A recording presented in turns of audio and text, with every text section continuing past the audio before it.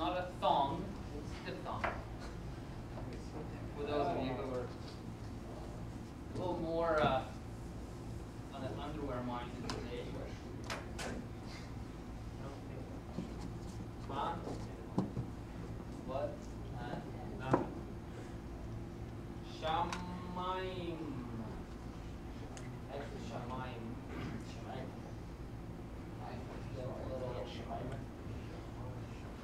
What's Shamayim? Huh? What does it mean?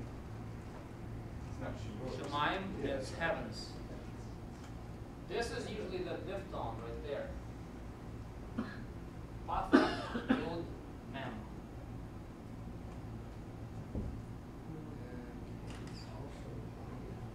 Actually, it's I, so it's that's this here without the mem right there.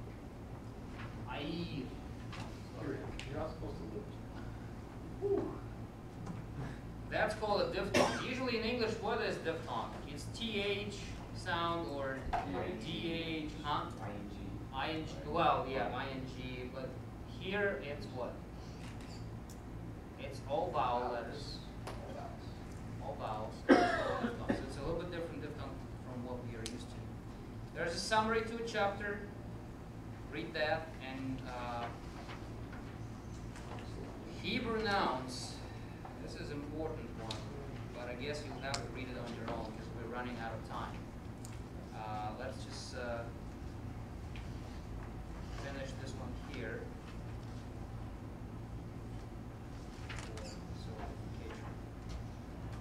It's already almost 9:30. It's a large chapter, so I'd rather have you read through it, and then do a homework for it. Once we go through the homework, it will become much clearer to you what the rules are in that book. And I will put up the PowerPoint presentations on my website, so you'll be able to copy them and change them accordingly to discover errors and mistakes of the scribes that put their hands to them. Okay?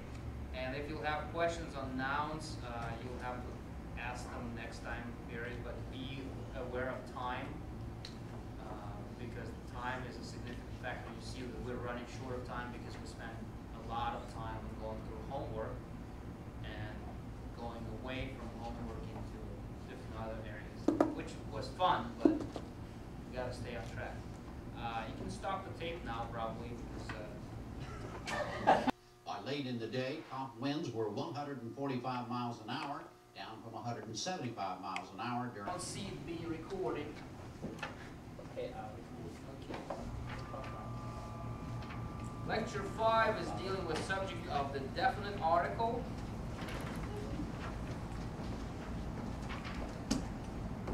And conjunction verb.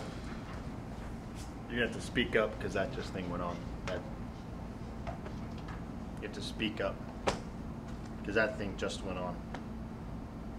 The AC. Door. It's not the door, it's right here. Okay, so you can look at your handouts that I have given you. This lecture will follow the handouts. In Hebrew nouns, actually in Hebrew, nouns are made definite by prefixing the definite article, which consists of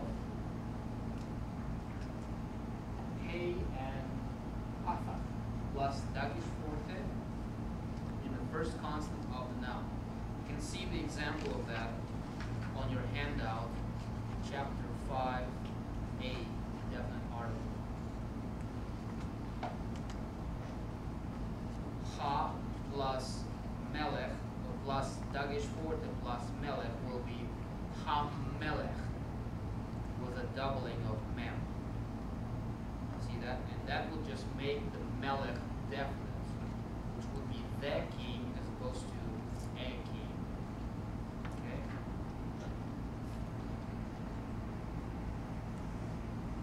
The article in initial begot kafat letters.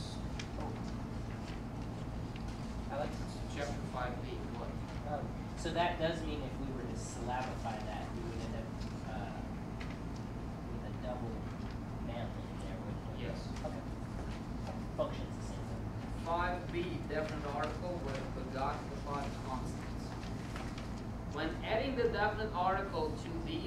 words, meaning the words with the consonants. The dagesh lene is replaced by a dagesh forte. For example, if you look at the indefinite noun, for example, bite, which is a house, when you will make it a definite noun, it will be habait, which will be the house, or the house. A road, derech. Some of you couldn't find that word in your mind for crying out loud. Ha-derech would be the road, and then gibor, which is a warrior, would be made into ha-gibor, the warrior. It's simple. You add ha, actually he, with a pafak, it would make the word definite. However, that's not the end of it. There will be some other exceptions. If you see a word with the initial guttural consonant, there's happening a certain thing called compensatory lengthening. For example, we have ish, right? Initial is what? Aleph. It's called guttural. Aleph, ein, he, and het are gutturals, and resh sometimes. So ish, with a definite article, will have to be compensated by lengthening the ah sound from patha to kametz. Since kametz is a longer ah, it would be not haish, but ha-ish, longer ah. Because the vowel by itself under aleph is although unchangeably long, but we consider aleph as a silent letter, so we only read vowels, so we need to also lengthen previous vowel sound for the better phonetic sound of that word. Okay, that's the first rule. Second rule is virtual doubling. For example, if we have initial he or het, the guttural rejects the dagesh forte. Okay, you can see that on the handouts. But the patha does not lengthen to kametz. So what happens here, the reason why it rejects dagesh forte is because you have two he's in a row. So there's no necessity for doubling a if there's two he's in a row, one from the definite article and one from the word itself. So you have hehal, which is a palace, and then you have ha-hehal. So it wouldn't be necessary ha-he-ha, hehal. You know, it's a quadrupling in my pronunciation, but you won't need a doubling there because you already have definite article with he, and you have the first he in the word. And then there's a third rule, which is irregular segol vowels. So you have before unaccented ein, actually ah, ha, ha. Ha may also be accented. The definite article appears with segol vowel and without the dagesh forte. So if you see in the word itself any one of these three variations of gutturals with kametz underneath it, the definite article now will not have a pathach underneath he, but will be with segol to distinguish it from the vowel pattern of a noun.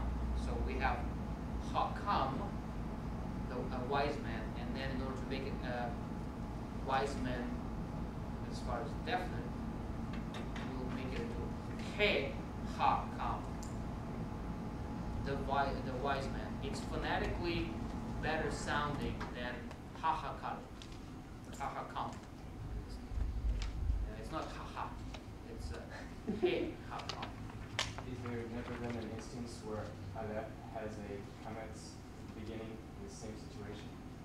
Aleph, I'm talking about ein, he, and f. Yeah, so I mean, could you get the same sound if there was an Aleph? So does Aleph not have a kametz beginning of a word? It does. That you Hold wouldn't, on. you wouldn't follow this rule? No, You follow the only for Com- these three. kametz